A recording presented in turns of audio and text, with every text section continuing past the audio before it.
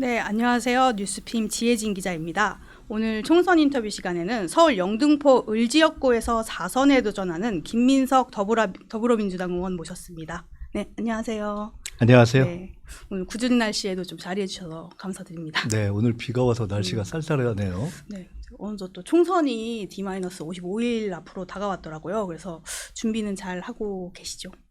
네, 차근차근 열심히 하고 있습니다. 네, 알겠습니다.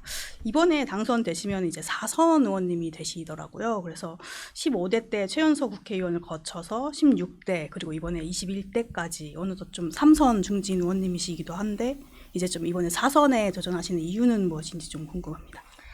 4선 이번에 당선되면 4선이 되지만 사실은 이번 3선의 임기는 제가 초선의 마음으로 네. 해왔습니다. 아시다시피 15, 16대 제가 최연소였는데 그 사이에 18년의 정치 공백이 있었습니다. 그 사이에 공부도 하고 또 이렇게 성찰하고 숙성하는 시간도 가졌기 때문에 이제 4선이 되면 저 스스로 이렇게 돌이켜 보니까 지난 4년의 임기를 돌이켜 보니까 이제 진짜 어떤 정치의 본령인 국가 또 지역 또 더 나아가서는 민족과 세계 이렇게 정치의 어떤 본령의 취지를 위해서 일할 준비와 역량 또 실현해 나갈 수 있는 정책 이런 것들이 이제는 어느 단계에 좀 갖춰졌다라는 생각을 스스로 합니다. 그렇기 때문에 이제 정말 본격적으로 국가를 위해서 또 지역을 위해서 일하고 풀어놓을 그럴 때가 됐다 이렇게 생각합니다. 그렇군요. 어제 보니까 이제 국민의힘 공관위원회 같은 경우에는 영등포 을지역의 대진표를 정했더라고요. 그래서 박민식 전 국가보훈부 장관이랑 이제 전 당협위원장이자 이제 언론인 출신인 박용찬 예비후보가 이제 경선을 치를 것 같은데요. 여권에서 좀 요즘에 가장 얘기 많이 하는 것 중에 하나가 이제 운동권 청산론이잖아요. 그래서 의원님 같은 경우는 이 부분에 대해서는 좀 어떻게 대응하고 계신지 궁금합니다. 우선 제 상대가 어떤 분이 될지 제가 아직 알 수가 없어요. 그래서 조금 이렇게 두 분 중에 어떤 분을 전제로 해서 말씀드리기는 좀 조심스러운 입장이고요. 지금 말씀드린 운동권 청산 그 부분은 선거의 어떤 일반적 캐치프레이즈로는 예를 들어 국민의힘 입장에서 상대 당인 민주당의 의원이나 후보들 전체가 운동권이다 이렇게 얘기하기도 좀 어렵기 때문에 저것이 그렇게 지혜롭고 적절한가에 대해서 좀 의문이 있고요. 또 만약에 저를 상대로 해서 어떤 프레임을 이렇게 잡을 경우에는 그게 별로 먹히지가 않을 것 같다. 왜냐하면 아마 그 취지가 그냥 운동권이라고 이야기하는 어떤 상징 속에 실력이 없거나 정책과 상관없이 투쟁만 하거나 또는 세상의 흐름에 대해서 좀 둔감하거나 아마 그런 것을 뜻할 텐데 지금까지 이미 여러 가지로 검증을 거쳤지만 비교적 제가 우리 현재 정치권의 여야를 다 통틀어서도 글로벌한 경험이나 감각이나 또는 정책 생산 역량 또 그 정책을 실제로 실현해내는 성과 이런 데 있어서 저는 비교적 탑에 속해 있다고 보는 편이기 때문에 운동권이라는 프레임으로 일반화해서 선거 프레임을 잡는 것도 조금 적절치 않지만 특히 저희 지역은 사실상 국회가 있는 정치 1번지 아닙니까? 여기서 그런 프레임으로 접근하는 것은 그렇게 먹히지는 않을 것 같다 이렇게 보고 있습니다. 그렇죠. 의원님 지역구가 좀 이른바 좀 한강벨트에 속하더라고요. 그래서 의원님 지역구도 수도권 최대 격전지 중에 한 곳으로 좀 꼽힐 것 같은데 영등포뿐만 아니라 이제 용산, 중구, 성동구 뭐 이런 동작 뭐 이런 곳들 지역 판세는 좀 어떻게 예상하고 계세요?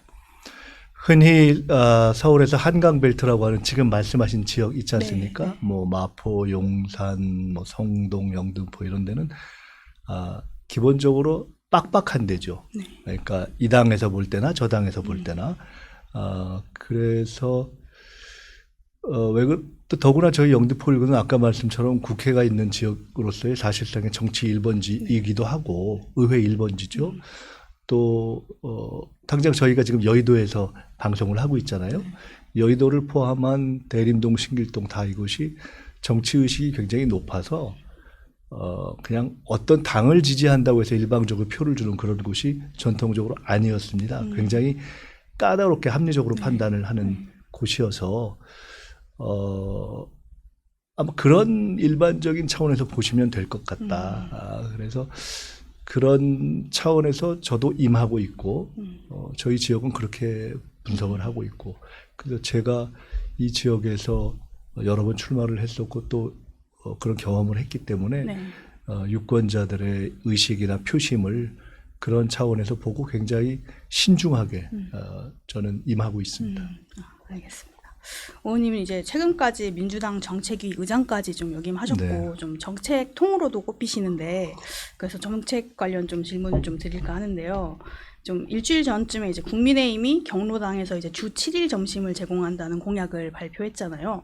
민주당은 그보다 앞서서 경로당 주 5일 점심제 공약을 발표했는데 민주당에서 이 공약을 의원님이 제안했었다고 들었어요. 그래서 이게 구체적으로 어떤 내용이고 실현 가능성은 어떨지 궁금합니다. 제가 이제 정책위 의장하고 연구원장 이 두 개가 이제 대표적인 네. 당의 정책 관련한 포스트인데요. 두 개를 다 경험해 본 행운을 누렸는데요. 어젠가 어느 지역의 경로당을 갔다 이렇게 나오는데 할머니들이 한 20분 계시는데 그중에 한두 분이 말씀하시다가 저 사람이 그 주 5일째 한 사람이지 이렇게 말씀하시더라고요. 그래서 제가 이게 참 정말 대단하구나. 이제는 다들 어르신들도 그런 정책 문제에 대한 관심이 깊으시구나 이렇게 생각했는데 말씀하신 것처럼 주 5일 경로당 점심이라는 정책도 만들고 네이밍도 만들고 그것을 전국적 정책으로 하자고 제안도 했고 저희 지역인 영등포에서 먼저 시범 실시하자고 해서 당장 올 하반기에 내년에 반영할 추가 2억의 예산을 반영시키기도 하고 저희가 일단 그런 성과를 냈습니다. 저는 실제로 주 5일을 시행하는 것은 쌀과 부식비를 올리는 것뿐만 아니라 현장에 가면 이것을 실제로 하는 도우미의 문제가 커서 그런 문제까지 포함하면 그렇게 만만한 것은 아닙니다만은 저는 한 2, 3년 정도의 단계적 접근이면 할 수 있다고 봅니다. 할 수 있다고 보고 또 해야 하는 것이 첫째는 의식주 중에 식의 문제가 중요하고 최근에 경제적으로 어렵고 우리 사회가 초고령화가 됐고 함께 모여서 식사를 하는 것이 갖는 의미가 크기 때문에 이 정도는 우리 사회가 할 때가 됐다. 공립이건 사립이건 또는 제가 최근에 생각하고 있는 것은 일정한 그런 조건을 갖추는 단체, 어르신들이 많은 단체도 경로당으로 인정하는 방식으로 하는 것이 좋다고 생각을 하고 있고요.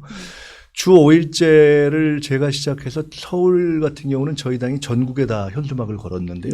전국에서 이걸 시작을 하고 있고 국민의힘이 주 7일제를 들고 나온 것 자체가 주 5일제 점심의 어떤 파장 때문이 아닌가 생각해서 한편으로는 좀 자부심도 느끼고 또 한편으로는 뭐 따라 했지만 잘했다 이렇게 생각을 합니다. 근데 제가 정책위 의장을 할 때 대학생들 1,000원의 아침밥 정책을 전국적으로 해서 그 또한 이제 국민의힘 측에서 상당히 좀 쫓아온 적이 있는데 뭐 어쨌든 누가 먼저 제기했든 하면 좋은 거죠. 다만 주 7일제라는 것은 급히 모방한 정책의 성격이 좀 있는데 아주 적절하다고는 보지 않습니다. 왜냐하면 좀 깊이 생각을 해보면 주 5일은 결국은 토요일, 일요일 빼고 주 5일 말씀하는 거거든요. 그리고 점심을 특정한 이유는 아침 빼고 점심 정도를 같이 드실 수 있게 하면 상당 정도 해결된다고 본 거예요. 그런데 아시다시피 토요일, 일요일은 경로당 같은 공간을 사용하는 분들이 굉장히 숫자가 적어지고 그런 분들에 대해서 동일한 도우미 체계로 그렇게 하는 것이 과연 효율적인가에 대한 추가적 고민을 하게 돼서 그런 토요일, 일요일에 어르신들 이 점심이라든가 급식 문제는 공동급식 문제는 저는 다른 시스템으로 해결하는 것이 좋다고 보기 때문에 국민의힘이 뒤늦게라도 주 7일제 점심을 들고 나온 것은 뭐 이해도 하고 제가 뭐라고는 하지 않겠지만 정책이라는 관점에서 그렇게 훌륭하다고는 보지 않습니다. 그렇군요. 알겠습니다. 그럼 또 이재명 대표가 이제 신년 기자회견에서 발표한 저출생 정책이죠. 출생 기본 소득이라고 해가지고 출생 시 목돈을 지원한다는게 골자인데 여기도 의원님의 아이디어가 좀 반영됐다고 들었어요. 네. 그래서 좀 설명을 좀 부탁드리겠습니다. 저출생 문제는 그러니까 우리가 지금 흔히 4대 위기라고 해서요. 민주주의의 위기, 평화의 위기, 또 민생경제의 위기를 얘기해 왔는데 김대중 전 대통령이 제기하신 거죠. 거기에 저출생 문제는 야 이대로 과연 대한민국이 존속할 수 있는가라는 국가 존속의 문제가 돼서 구조적 위기로 정말 4대 위기라고 부를 만하죠.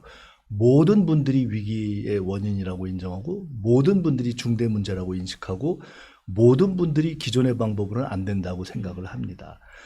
정책이라는 건 결국 국민의 생각을 현실로 옮기는 거예요. 현장에 나가서 주민들과 또는 국민들과 대화를 해보면 야 이건 정말 특단의 대책을 써야 된다. 그리고 찔끔찔끔 주면 안 된다. 화끈하게 줘야 된다. 그리고 할 수 있다면 가급적 목돈으로 줘야 된다. 할 수 있다면 집까지 결혼이나 애를 낳으면 줘야 된다. 이게 보통 국민들의 생각입니다. 이걸 어떻게 지속 가능하고 재정적으로 지탱 가능하게 현실로 만들 것이냐. 이게 결국 정치의 숙제인데요. 저는 그것이 우리가 국내외적으로 많이 이론적으로 제기되었던 기본소득의 문제를 결합시킬 수 있는 최초의 조건이 됐다고 본 겁니다. 출생을 지원하는 정책이 필요하고 기본소득이라는 것은 무조건 보편적으로 주자는 거거든요. 그래서 무조건 보편적으로 주자는 것을 전 국민에게 줬을 경우에 재정적으로 지속 가능한가가 비판되어 왔는데 출생되는 아이를 기준으로 무조건 보편적으로 주자. 할 수 있다면 목돈으로까지 주자 하는 것은 출생에 연동되는 것이기 때문에 저는 아주 실현 가능하다고 봅니다. 그리고 그 정도 해야 된다고 보기 때문에 제가 이 문제를 당에서 최초로 제기했고요. 출생 기본소득의 문제는 어쩌면 저출생 지원에 대한 정책을 만들어내고 지금 최근에 인구 관련 책들을 보면 전 세계에서 대한민국이 모델로 많이 나옵니다. 가장 먼저 소멸할 수 있다고 석학들이 그렇죠. 얘기하는데요. 이 문제를 기본소득이라는 이론과 결합시켜서 제기하고 고민하게 되는 최초의 사례가 될 것이고 제가 제기할 때 그리고 이재명 대표가 회견을 통해서 어떻게 얘기했냐면 이 문제를 국민적 토론해 봅시다 이렇게 제기했습니다. 그리고 국민적 토론의 주제로 올리자고 얘기했고 그런 점에 있어서는 저는 문제를 제기하고 그것을 사회적 공론의 방식으로 접근했다는 점에서 굉장히 적절한 지적이었다라고 보고 아마 그것 때문에 기본소득 얘기가 나오면 바로 늘 비판이 강하게 들어왔는데 사실상 보수 정치권이나 학계에서 이 문제에 대해서 쉽게 비판을 못하고 있는 것이 아니냐. 이 문제는 이미 국민적으로 그래? 있을 수 있는 얘기다라는 1차 능선을 넘었다 이렇게 보고 있습니다. 그렇죠. 알겠습니다. 이제 좀 영등포 지역 현안에 대해서 좀 질문들을 드리겠습니다. 이제 현재 영등포 지역 구민들이 좀 지역 국회의원에게 원하는 건 뭐고 이를 위해서 의원님이 좀 중점적으로 추진하는 지역 정책은 좀 어떤 게 있는지 궁금한데요. 여러 가지 있지만 그냥 우선 아주 단순화시켜서 말씀드리면 저희 지역은 여의 신길 대림, 대림 신길 여의 이렇게 구성이 되어 있는데요. 한마디로 여의 대림은 전체적인 재구조화, 재개발의 욕구가 강하고요. 신길은 재개발이 이미 지금 최근에 진행되고 있고 뉴타운이 형성돼 있어서 그것을 더 보완하고 가급적 교육 수준을 높이는 쪽으로 아마 초점이 가고 있는 것 같습니다. 그래서 저는 디테일들을 많이 말씀드릴 수 있지만 가장 압축하자면 여의 대림, 대림 여의는 재개발 그리고 신길은 교육 특구 내지는 교육 타운 이것을 어떤 제일 중요한 주민들의 요구로 보고 있습니다. 그것을 실현하기 위해서 무엇이 필요한가에 대한 것을 저 나름대로는 이제는 조금 이렇게 하면은 향후 2, 3년 내에 확실하게 틀을 잡겠구나 하는 청사진과 어떤 핵심 과제들을 가지고 있습니다. 그건 뭐 조금 더 이렇게 하나하나 얘기를 해가도록 하죠. 또 여의도 쪽에 K 글로벌 센터 좀 그 아이디어에 대해서 조금 잠깐 설명해 주실 수 있으세요? 이런 겁니다. 쉽게 설명드리면은 최근에 여의도에 그 더현대 옆에 브라이튼 건물의 브라이튼 도서관을 전체를 짓냐 마냐 갖고 논란이 있었는데 사실은 구청에서 원래 계획돼 있던 것들을 안 하겠다 이렇게 했다가 주민들과 제가 강하게 요구해서 결론적으로는 주민들의 뜻대로 이렇게 아마 최근 몇 달 동안 현수막도 지어서 좀 보셨을 겁니다. 그러니까 원래대로 브라이튼 도서관을 전면적으로 짓는 걸로 됐습니다. 이게 굉장히 좋은 일인데요. 그런 연장선상에서 또 하나 중요한 이슈가 여의도 저 성모병원하고 63 쪽에 가면은 네. 성모병원 바로 옆에 이렇게 공터가 있어요. 그게 LH 부지입니다. 그거를 최근에 이 지역의 국민의힘 분들하고 구청도 거기에 동조한 걸로 압니다. 그다음에 국토부 LH가 다 해서 민간 매각으로 결정을 했는데 전 아주 패착이라고 봅니다. LH 부지라는 것은 국가가 공적 필요를 위해서 비교적 싼 값으로 이렇게 확보해 놓은 건데요. 이거를 기존의 공공 임대에 대한 논란이 있었다는 것 때문에 그냥 민간 매각으로 한 건데 그렇게 해서 이미 재개발이 본격화되고 있는 여의도에 주상복합이 하나 더 들어온들 무슨 플러스의 의미가 있겠느냐. 그래서 저는 사실은 이것은 원래 취지대로 공공건물을 거기에 만들어내고 거기에 글로벌 금융 문화 특구로서의 여의도에 걸맞는 공적 자산들을 유치해야 된다고 저는 생각하는 거고요. 그래서 민간 매각을 정부가 중단시켜야 되고 그래서 그걸 요구했습니다. 네. 그리고 그에 대한 요구를 이번에 브라이튼 도서관을 주민들과 함께 성공시킨 것처럼 그 일도 성사시키려고 하고 있고요. 핵심적으로 그렇게 되려면 저는 국제학교 그리고 국제적인 대학 또 국제적인 메디컬 센터 이런 것들이 들어와야 된다고 봐서 이미 대표적으로 예를 들어 서울대의 글로벌 융합 캠퍼스가 들어오면 좋겠다고 해서 제가 서울대에 그거를 추진하는 네. 교수님하고 이걸 함께 추진하자고 합의를 했고요. 또 지금 대한민국의 메이저 병원의 책임자급들하고 여기에 메디컬 센터를 같이 한번 논의해보자고 그것도 논의를 시작했고요. 국제학교 문제에 대해서는 사실은 서울시와 영등포구에 계속 제가 부지를 요청했는데 전혀 성의를 보이지 않아서 네. 제가 새롭게 지금 제안하는 것이 이걸로 해법을 찾으려고 하는 것입니다. 서울시 교육청은 이미 동의를 얻어냈고 이곳에 국제학교가 들어오려고 하는 학교들도 많이 접촉을 해서 사실은 최근에 사는 이전 문제도 있습니다만은 네. 제대로 여의도를 글로벌 금융특구로 가려면 이런 국제적인 공적 자산을 유치하는 것이 필요하다 이렇게 해서 이에 대해서는 아주 적극적으로 바로 이렇게 좀 주민들과 함께 여론을 만들어갈 생각입니다.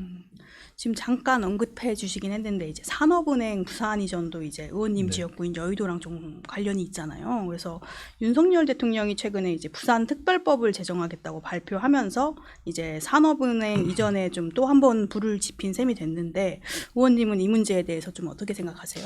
저는 윤석열 대통령을 직접 만날 기회가 있으면 이 문제에 대해서 충분하게 좀 설명드리고 설득해야 되겠다는 생각을 하고 있습니다. 결론적으로는 그다지 국가 최고 지도자로서는 적절하지 못한 접근법이다 이렇게 봅니다. 얼마 전에 오세훈 시장께서 영등포구를 찾아서 어떤 말씀할 기회가 있었는데 그때 오세훈 시장도 본인이 사는 이전에 대해서 자기는 부정적이다 이렇게 얘기를 하고 우리 영등포 구청장도 어떤 행사에서 자기가 그렇게 찬성하지는 않는다라고 말씀을 하신 경우가 있었는데 실제로는 저희 지역의 영등포 구청이나 여기 영등포의 국힘 관계자들은 다 사는 문제에 대해서는 그냥 입을 다물어 왔는데요. 이런 겁니다. 우리가 노무현 대통령 때부터 한 20년 동안 글로벌 금융 허브 얘기를 했습니다. 근데 그동안은 안 됐어요. 왜 안 되냐? 이게 홍콩이나 싱가포르 이런 데한테 안 되는 거예요. 왜? 금융허브가 되려면은 영어가 돼야 되고 국제적인 정주 요건이 돼야 되는데 그게 잘 안 되는 데다가 홍콩하고 싱가포르에 안 되는 거예요. 근데 중국과 홍콩 문제 때문에 최근 몇 년 사이에 서울이 치고 올라갈 가능성이 좀 생겼습니다. 이럴 때 지금 우리는 서울조차도 글로벌 금융허브, 아시아 금융허브로 못 가고 있는 상황이기 때문에 이때 집중해서 이걸 만들어 줘야 되거든요. 근데 그거를 해야 할 시점에 금융허브로 가는 핵심적인 자산 중에 하나인 산업은행을 부산이 아니고 어느 곳이건 뺀다?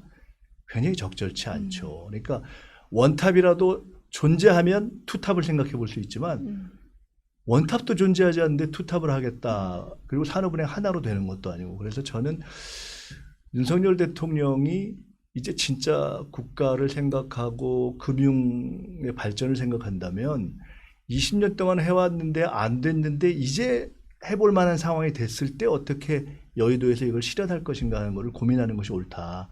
저는 오세훈 시장하고 협력을 해서 사실은 여야를 넘어서 여의도에 이게 금융허브라고 지정만 하고 금융 관련한 면세 입법을 전혀 안 했는데 이 법을 사실은 여야 의원들 함께해서 내는 거를 제가 대표 입법 발의를 한 적도 있습니다. 그래서 이 문제는 저는 뭐 서울이냐 부산이냐 어느 지방이냐 이런 차원의 문제를 떠나서 국가 전체를 바라보고 대한민국에서 과연 금융허브를 어떻게 실현할 수 있을 것인가라는 관점에서 접근하는 것이 옳다 이렇게 봅니다. 네, 알겠습니다.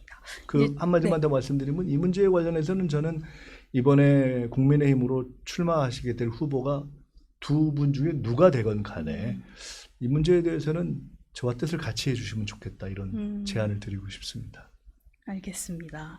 이제 또 중앙 이슈와 관련해서도 몇 가지 더 질문을 드릴 건데요. 이제 일단 선거제 관련해 가지고 이제 민주당도 이제 준연동형 비례제로 좀 가닥이 잡혔잖아요. 근데 민주당은 이제 진보연합의 준위성정당을 만들겠다고 했는데요. 그럼에도 이제 꼼수 위성정당이라는 좀 비판을 좀 피하진 힘들지 않을지 좀 의원님 생각은 어떤지 궁금합니다. 맞죠. 그러니까 이재명 대표와 지도부가 저를 몇 번씩 하면서 사과한 것 아니겠어요? 우리 선거제도가 이런 거잖아요. 현재 이 300석 가운데 대부분을 소선거구제로 뽑고 비례가 몇 석 되는 이 제도는 표를 상당히 찍어도 그 표가 사표가 돼요. 그럼 두 가지 문제가 생깁니다. 하나는 표를 제법 받은 소수 정당들이 자기 표 받은 만큼 의석을 못 가지는 문제. 소위 주요 정당 밖에서의 소수파에 대한 어떤 차별 문제가 생기고요. 또 하나는 큰 정당들의 안에서 예를 들어 민주당은 상대적으로 취약지역인 영남, 국민의힘은 상대적으로 취약지역인 호남에서 표를 제법 받은 후보들이 표를 받아봤자 국회의원이 안 되는 거예요. 이 두 가지 문제를 해결하는데 이른바 병립형은 상대적으로 당 내에서의 소수파에 대한 배려를 할 수 있고 그게 고적별 병립이죠. 연동제는 상대적으로 두 당 외 소수 정당에 대한 배려를 할 수 있는데 두 가지 다를 동시에 하기는 어렵기 때문에 저희들이 병립으로 하려면 그 취지에 맞게 권역별 병립으로 하자라고 하는데 그건 국민의힘이 반대하고 또 그러면 연동제로 하면 지금 비판하는 측면이 있기 때문에 서로 위성정당 안 내도록 하자 하는데 그건 또 국민의힘이 또 반대하고 그러면서 비판을 하면서 본인들은 위성정당 만들 준비를 이미 끝냈고 그걸 어떻게 하겠습니까? 그러니까 국민의힘이 민주당이 뭘 하면 그거는 족하면서 자기들은 과실은 따면서 자기들은 의석은 더 챙기겠다 이렇게 하면 저희들로서는 한편으로는 그 선거제 변화의 취지를 살리지만 또 한편으로는 지금 윤석열 정권이 못하는 것을 견제하고 심판해야 된다라는 책무가 제1야당에 있잖아요. 그걸 저희들이 무시할 수 없기 때문에 어쩔 수 없이 고민 끝에 국민 여러분께 죄송합니다라고 말씀드리고 이 선택을 하게 된 것이어서 그 선택대로 저희들이 하고 또 국민들의 선택과 평가를 받아야 된다 이렇게 생각하고 있습니다. 알겠습니다. 이제는 또 개혁신당 대표가 되셨는데 이낙연 전 총리가 이제 탈당하기 전에 의원님이 좀 사쿠라 노선이라고 얘기하는 등 좀 강하게 비판하셨잖아요.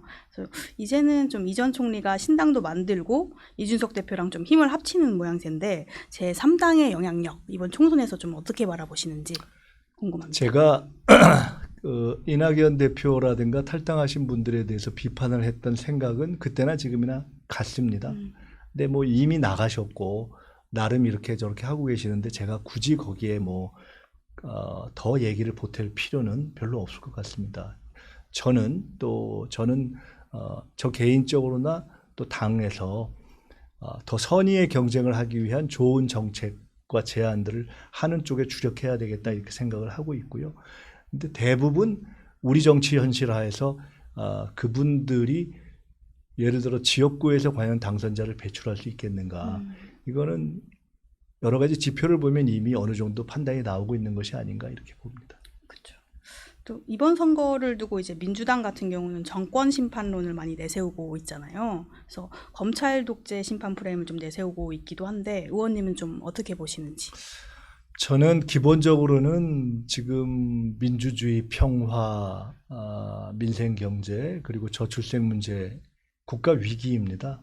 그래서 국가 위기를 극복해야 되는데 네. 정부 여당이 잘하면 좋겠죠. 그리고 저희들도 협력해야죠. 근데 잘하지 못할 뿐 아니라 협력의 정치 문화와 조건을 만들지 않을 뿐만 아니라 오히려 아예 그것을 만들지 않고 싸우는 것을 중심으로 하는 프레임으로 가고 있기 때문에 어쩔 수 없이 이제 그러한 정치로부터 위기 극복을 제대로 해낼 수 있는 정치 틀로 바꿔야 된다고 보고요. 이번 총선에서의 제일 큰 과제는 그런 위기 극복의 동력을 만들어내는 것인데 현실적으로 현재 정치를 못하고 있는 주책임인 윤석열 대통령이 하겠습니까? 그냥 그것을 이렇게 말을 쭉 따라하는 국민의힘에서 하겠습니까? 그렇다고 지금 최대한의 목표를 가져봤자 30석이 말로는 30석 목표로 하는 제3세력이 하겠습니까? 결국은 민주당이 그런 위기 극복의 주 책임을 질 수밖에 없고요. 민주당이 김대중 대통령의 IMF 극복과 문재인 대통령의 코로나 극복 등 저희는 위기 극복의 DNA도 있고 경험도 있고 또 국회 다수를 만들어낼 수 있는 역량도 가지고 있기 때문에 그런 점에서 책임감을 갖고 최대한 한 석이라도 더 승리해서 총선 이후에 안정적으로 국가 위기를 극복할 수 있도록 노력해야 되겠다 이렇게 생각하고 그게 있습니다. 약간 시대 정신이라고도 볼 수 있을까요? 지금의 시대 정신은 국가 위기 극복을 통해서 선진국에 막 진입했는데 선진국에서 안착하고 도약하는 것이 아니라 잘못하면 떨어질 수 있게 된 이 대한민국 코를 선진국 대열에 안착시키고 도약시키는 것, 그것이 시대 정신이라고 봅니다. 그것을 위해서는 정책적으로 안정적이고 유능한 그러한 세력이 정치를 이끌어가야 하는데 그 점에 있어서 윤석열 대통령 정부와 집권당이 이미 평가를 받았다 이렇게 보고 있습니다. 알겠습니다. 민주당 같은 경우는 그런데 이제 이재명 대표 사법 리스크라든가 아니면 좀 꾸준히 지적되는 지점들이 있잖아요. 이제 당내 분열이라든가 민주당도 민주당만의 이제 갈등이나 리스크가 있는데 그럼에도 이제 유권자들이 민주당을 선택해야 할 이유를 조금 설명을 해보신다면 어떨까요? 조금 전에 말씀드렸듯이 여러 가지 비판에 대해서는 저희들이 겸허하게 받아들이고요. 동일한 잣대, 동일한 어떤 공정한 평가로 본다면 어떤 분열이라든가 또는 어떤 부족함 이런 것은 굳이 상대적인 눈으로 본다면 민주당이 과연 국민의힘보다 더한가에 대해서는 저희들이 한편 겸허하지만 한편으로는 반문하고 싶고요. 그것보다는 아까 말씀드렸듯이 정치는 현실이기 때문에 이 어려운 국가 위기에서 그래도 현실적으로 윤석열 대통령 정부의 그리고 집권당의 정책 무능을 극복하면서 견제하면서 총선 이후에 리드하면서 끌어갈 수 있는 더구나 경험을 가지고 있는 국정 경험 유일한 세력이 민주당이기 때문에 저희들이 더 분발해서 할 수밖에 없다. 저희에게 힘을 모아 주십시오. 이렇게 말씀드리고 싶습니다. 네, 알겠습니다. 또 바로 어제죠. 그 이재명 대표 발언이 조금 이슈가 됐어요. 이게 뭐 떡잎이 져야 이제 새순이 자란다. 뭐 이런 말들이 이제 공천 앞두고 이런 이야기가 나오다 보니까 물갈이를 좀 예고한 게 아니냐는 시각이 좀 지배적인데 이 부분은 좀 어떻게 보시는지 궁금합니다. 저는 정치는 늘 통합되고 혁신되어야 한다고 봅니다. 정치에서 자기의 목소리와 자기의 비전과 자기의 정책이 명료하고 그리고 그를 통한 국가적 기여가 명료하지 않으면 굳이 정치를 더 할 필요는 없다고 생각을 합니다. 저는 제 스스로 평가할 때 비교적 그 목소리가 명료하고 또 정책적으로 준비되어 있고 지금 할 일이 있다 이렇게 제 스스로도 판단하기 때문에 다시 뛰는 겁니다. 근데 만약 그러한 부분이 스스로나 또는 객관적으로 평가할 때 이제는 그 역할을 다음에 넘기는 것이 좋다 하면 그건 자연스럽게 넘어가는 것이 정치의 순리겠죠. 그래서 늘 통합하고 늘 혁신하고 그것이 정치라고 보기 때문에 이재명 대표의 이야기는 지금 이제 우리가 분열 국면을 앞두고 통합을 강조해 왔지 않습니까? 그렇지만 통합만 강조해서는 되지 않습니다. 통합과 혁신은 늘 동시에 강조되어야 하고 그 점에서 아마도 제가 직접 듣지는 못했지만 어제 그 말씀은 혁신의 측면을 강조한 것이 아닌가 좀 그렇게 이해합니다. 알겠습니다. 의원님은 그렇다면 좀 앞으로 어떤 좀 정치를 하고 싶으세요? 저는 늘 민족과 세계에 기여하는 그러한 정치를 하고 싶었습니다. 비교적 정치를 일찍 시작해서 많은 굴곡을 겪었고요. 네. 그리고 우여곡절을 거쳐서 다시 정치에 돌아왔는데 이제 스스로를 돌이켜 볼 때 이제는 역사와 후대를 생각하면서 그리고 성과를 가지고 이제 본격적으로 국가에 기여해야 될 그러한 때라고 생각하고 있고요. 다음 4년을 국민 여러분께 다시 기회를 주시면 영등포에서도 또 대한민국에서도 그야말로 마지막 임기다라고 생각하는 정도의 각오로 전력을 다해서 뛰어서 민족과 세계에 기여하고 그리고 정책으로서 승부한 그러한 정치인으로 기억되고 싶습니다. 알겠습니다. 마지막으로 영등포 을 지역구 유권자들에게 좀 하고 싶은 말이 있다면 남겨주시면 좋을 것 같습니다. 네, 저는 총각 때부터 영등포에서 정치를 시작했습니다. 그리고 두 번 최연소로 당선시켜 주셨고 18년이라는 오랜 공백을 거쳐서 4년 전에 다시 저에게 기회를 주셨습니다. 그 감사함을 잊지 못합니다. 지금도 뼛속 깊이 새기고 있습니다. 오랫동안 준비해 왔고 그리고 이제는 나름 무르익었다고 생각합니다.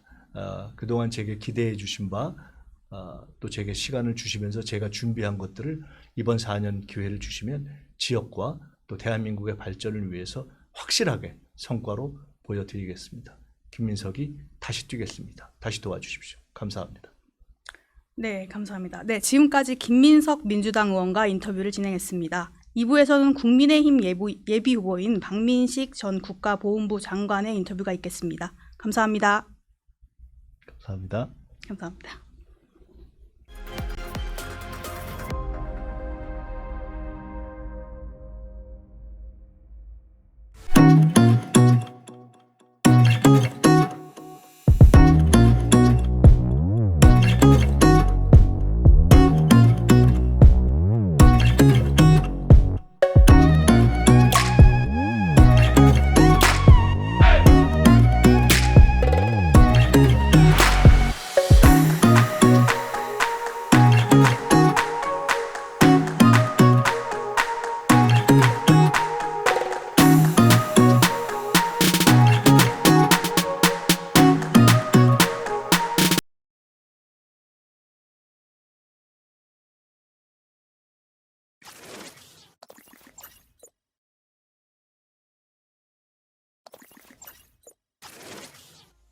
안녕하세요. 싱어송라이터 안현입니다. 뉴스ფილ 공개 오디션 히든 스테이지 개최를 진심으로 축하드립니다. 많은 분들께서 꿈을 모락모락 피우는 그런 자리가 되었으면 좋겠습니다. 저도 멀리서나마 응원하고 있을게요. 여러분 안녕하세요. 홍대 자이언트팀컵의 신현위원이신 박현연이가 신현이입니다. 반갑습니다. 종합뉴스통신사 뉴스팀에서 주최한 히든 스테이지에 참여하신 여러분들을 응원합니다. 여러분들 원하는 결과 꼭 얻으시기를 응원합니다. 여러분 화이팅! 안녕하세요. 범준입니다. 종합뉴스통신사 뉴스팀이 주최하는 히든 스테이지에 참여한 여러분들을 응원합니다. 좋은 결과 있기를 바라겠습니다. 안녕하세요. 김상민입니다. 뉴스핌의 공개 오디션 히든 스테이지 개최를 정말 진심으로 축하드립니다. 지난해 심사위원으로 참여해서 실력 좋은 싱어송라이터, 아티스트들을 만날 수 있어서 기뻤는데 이번 히든 스테이지에서도 좋은 아티스트들이 많이 발굴됐으면 하는 바람이고요. 이번 히든 스테이지가 많은 싱어송라이터들의 그 꿈을 피울 수 있는 좋은 장이 됐으면 좋겠습니다. 저도 정말 같이 응원하겠습니다. 안녕하세요. 레이즈본입니다. 종합뉴스통신사 뉴스핌이 주최하는 히든 스테이지에 참여한 여러분을 응원합니다. 안녕하세요. The Loud Hot Craze is the best voice of rock and roll. Crackshot, yeah! 종합뉴스통신사 뉴스핌이 주최하는 히든 스테이지에 참여한 여러분 응원합니다. 좋은 결과 있기 바라요. 파이팅! 안녕하세요. PD 출신의 노래 채집가 주철환입니다. 제가 평소에 좋아하는 말이 있어요. 음악은 우리를 만나게 한다. 지금 히든 스테이지에서 미래의 어떤 음악인을 꿈꾸고 이미 또 준비된 역량을 갖춘 그런 젊은이들이 전 세계를 향하여 열린 그런 스테이지에서 대활약할 것을 믿어 의심치 않습니다. 다시 한번 여러분들의 미래를 응원합니다. 저는 가수 여행 스케치의 리더이자 또 싱어송라이터인 루카라고 합니다. 반갑습니다. 뉴스팀이 주관하는 히든 스테이지 많이 참석해 주시고 응원해 주시고 더 중요한 거는 상금에 눈 멀지 말고요. 여러분들의 새로운 레퍼런스와 또한 성장해 나가는 하나의 과정이 되기를 소망합니다. 안녕하세요. 싱어송라이터 제주소년의 박경환입니다. 종합뉴스통신사 뉴스핌에서 주관하는 싱어송라이터 발굴 경연대회가 이렇게 새롭게 있다고 해서 동료 및 소개해드리려고 합니다. 히든 스테이지라는 경연인데요. 또 음원 발매 등 여러 가지 혜택이 있다고 합니다. 많은 뮤지션 분들이 참여하셔서 꿈을 펼치시는 기회가 됐으면 좋겠습니다. 안녕하세요. 저는 타카피에서 노래하는 김재국이라고 합니다. 히든 스테이지. 여러분들 꽁꽁 숨어있지 마시고요. 나오셔가지고 기량을 마음껏 발휘하길 바랍니다. 반갑습니다. 노래하는 강화달님입니다. 이번 뉴스핌에서 제작하는 히든 스테이지에 참여한 여러분 응원합니다. 여기 보니까 이번에 상금은 말할 것도 없고 음반 제작에 관련된 여러 가지 제반 사항들이나 라이브 클립 제작 같은 지원이 상당히 좋더라고요. 부디 끝까지 최선을 다하셔서 좋은 결과 내시기를 바라겠습니다. 안녕하세요. 싱어송라이터 유지우입니다. 종합뉴스 통신사 뉴스핌이 주최하는 히든 스테이지에 참여한 여러분들을 응원합니다. 좋은 결과 있으시길 바랄게요. 화이팅! 안녕하세요. 싱어송라이터 노드시카입니다. 종합뉴스통신사 뉴스핌이 주최하는 히든 스테이지, 히든 스테이지에 참여하는 여러분들을 진심으로 응원합니다. 모두 재능을 10분 발휘하셔서 좋은 결과 있기를 바랍니다. 화이팅!